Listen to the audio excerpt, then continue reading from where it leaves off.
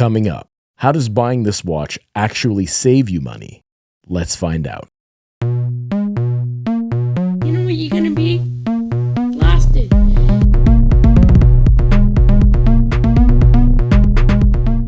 Hello and welcome back to Automatic Reviews. I'm Mark. This week's review is of the very classy retro-influenced Addiesdive AD2066.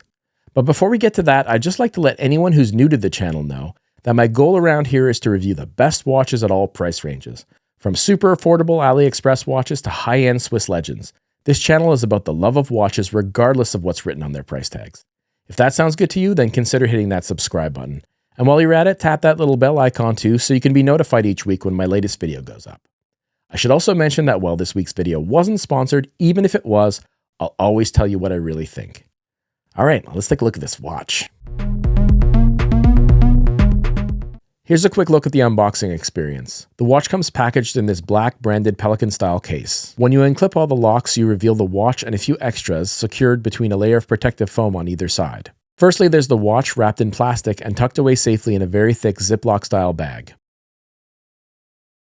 Also included is a retail-style hang tag. Beyond that, you get a pin tool for performing bracelet resizing, an operating manual, and a warranty card. Addiesdive watches feature a 2-year warranty, but according to their website, that only applies to watches purchased directly from them or their Amazon storefront. Not sure where that leaves AliExpress buyers such as myself. The 316L stainless steel case and bracelet feature a nice mixture of brushing and polishing. This watch is 36mm across and 11mm thick. It's 46mm lug to lug, and it has a lug width of 19mm. It has a decorated screw-down case back and a signed screw-down crown. Powering the watch here is the VH31 quartz movement that has that ever so pleasant sweeping seconds hand which ticks away at 14,400 beats per hour and has an estimated 2-year battery life. This watch features BGW9 lume. Here's a quick lume shot.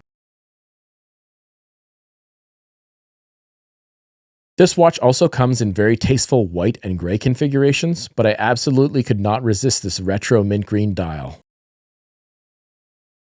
This dial features a ring of concentric circles, neatly machined into the perimeter, framing the indices, as well as a sunburst pattern across the entire dial face.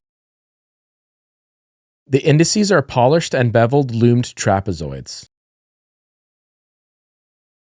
The hour and minute hands are lumed blunt swords, and the seconds hand is a needle. The dial printing is neatly applied.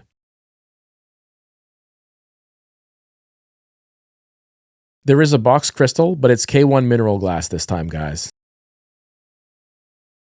Water resistance is 100 meters. The bracelet is a tapering oyster-style design with solid end links, but more on those later. Adjustments are accomplished via a pin-based system.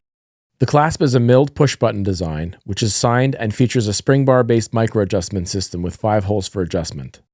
Here it is on my flat-profile 7-inch wrist. Adjusted for me, it weighs 100 grams.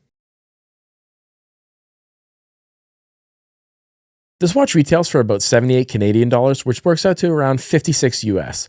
But as with many watches available on AliExpress, you can get them on sale. I got this one for about 71 Canadian or about 51 US, so I'd try for a sale if possible, but I do think it's worth full retail.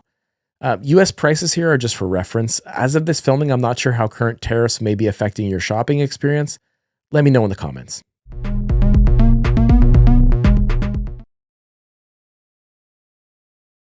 I'd heard bad things about this bracelet before receiving mine, so I had a bit of a record scratch moment when I opened it. The bracelet actually feels surprisingly premium. It's chamfered, well finished, and solid. So I thought people might have been exaggerating. It's those end links though. They look a little underbaked. They lack definition and bring down this watch's classy looks a notch or two. They are solid end links, but strangely they look hollow, almost as if they've been inflated like tiny metal balloons. It's weird. Anticipating I might not love the bracelet due to its reputation, I picked up this sailcloth strap from AliExpress for about $13 Canadian, and you might agree the strap suits this watch really well and at the same time eliminates some of its visual flaws. It looks fantastic and it matches the retro aesthetic even better than the included bracelet. However, the lug width is 19mm, remember, so if you want to wear it on a strap, plan ahead.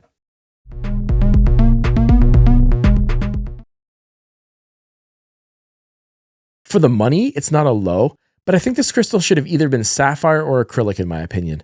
Mineral glass is sort of a no man's land. It's not scratch proof like sapphire, but it's not repairable like acrylic. Also, acrylic would have really suited the vintage aesthetic of this watch, so if it were up to me, I would have chosen acrylic for this one. The Addiesdive logo is weird and many despise it, but I'm going to make a case that it's quirky and kind of fun, in doses. I actually like it here hidden away on the case back where you'll only see it occasionally. On the crown, it's a bit busy but not offensive to my eye, but on that clasp, it just looks mismatched and out of place with the style of this watch. And it serves as a further motivation to consider switching to a strap. Let's just be happy they didn't also print it on the lovely dial.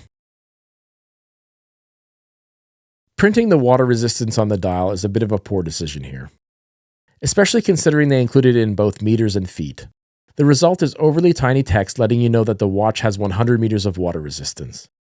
Some might argue this is a bit of a gada watch, and I don't disagree entirely, but for me this feels like more of a dressy watch, and I think that water resistance information seems more the domain of a sports watch, though it's not a big deal, so it's a mid. Size will be featured in the highs too, so just a heads up, but for some it will be a bit controversial given that this watch is 36mm, so it's a mid here. Some people are positive that 36mm is tiny and they could never wear that size. I used to be the same exact way, but guys, try smaller watches. Variety is great, especially with retro stuff. If you never try anything different, you're going to end up with a watch box full of watches that all look the same.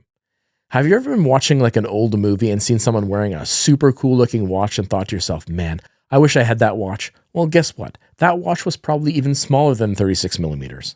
Those movie stars still look cool wearing it, and so will you. Bigger watches are fun, but so are smaller watches.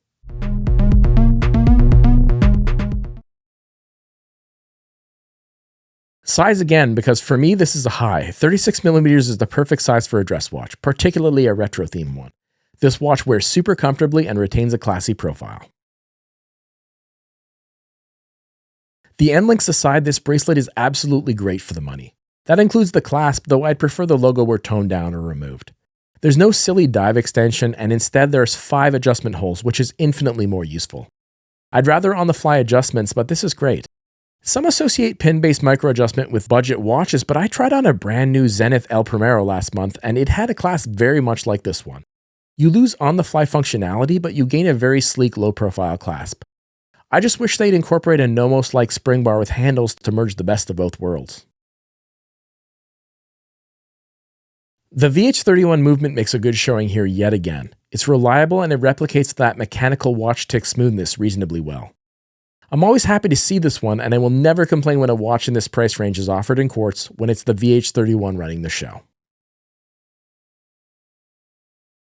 For the money, this is a pretty nice looking watch under magnification. It's not perfect for sure, there's some dirt on the seconds hand, and a scratch at the pinion, but for what you're paying it's actually surprisingly clean.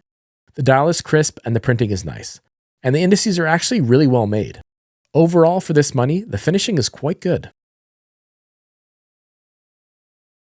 I love how slick this watch looks. It delivers a hefty serving of nostalgia in a really great way. You slip this watch on and it feels like you're ready to grab a drink with Frank Sinatra and the rest of the Rat Pack. As someone who's not even particularly obsessed with that era, I still get a kick out of the aesthetic. This watch is a treat to look at. This is a lot of watch for what you pay for it. Yes, it has a mineral crystal and that's a bit of a letdown, and yes, the end links are underwhelming, but overall it's handsome, solid, and well made. It's an excellent little dress watch for the money. I can only imagine what a department store would have charged for a watch of this quality, like even just 10 years ago. The fact that you can get one for well under $100 is something that will never fail to impress me. So, how does buying this watch actually save you money? Okay, there might be a little watch nerd math involved here, but bear with me because I do think it makes a lot of sense. A lot of people buy dressy watches like a Seiko Presage when they don't really like wearing dressy watches all that much.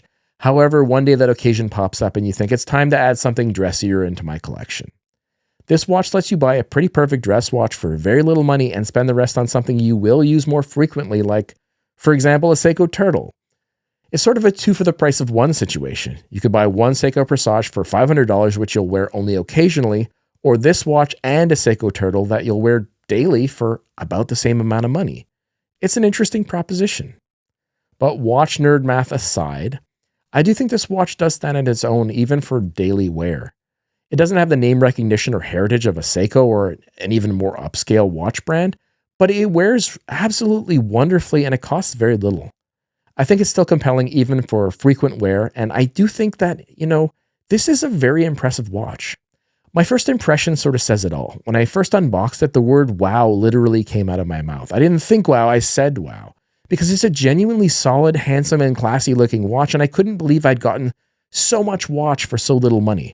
And I'm guessing you're going to feel very much the same way. If you're unsure about the size, this might be your chance to dip your toe into the 36mm pool without, a big financial risk. But this size isn't as small as people make it out to be, guys. Even Tony Soprano wore a 36mm day-date watch, so keep an open mind. All right, so what about you? Do you guys like this watch? Do you have one or do you want one? What about the mint green? Is it, I love mint. I think this really makes this watch, but it's available in other colors. And would you pick the mint or one of the other choices? And is there any other sort of retro inspired dress watch that you prefer to this? Let me know. Maybe I can review it. That would be great. And finally, 36mm. Do you like it? Would you try it? I want to hear about it, guys. Leave a comment below. All right, so that's it. That's all. Remember to check the description for any relevant links, like where to find my Instagram, as well as the creator of my theme song, Derelict. Till next week, bye-bye.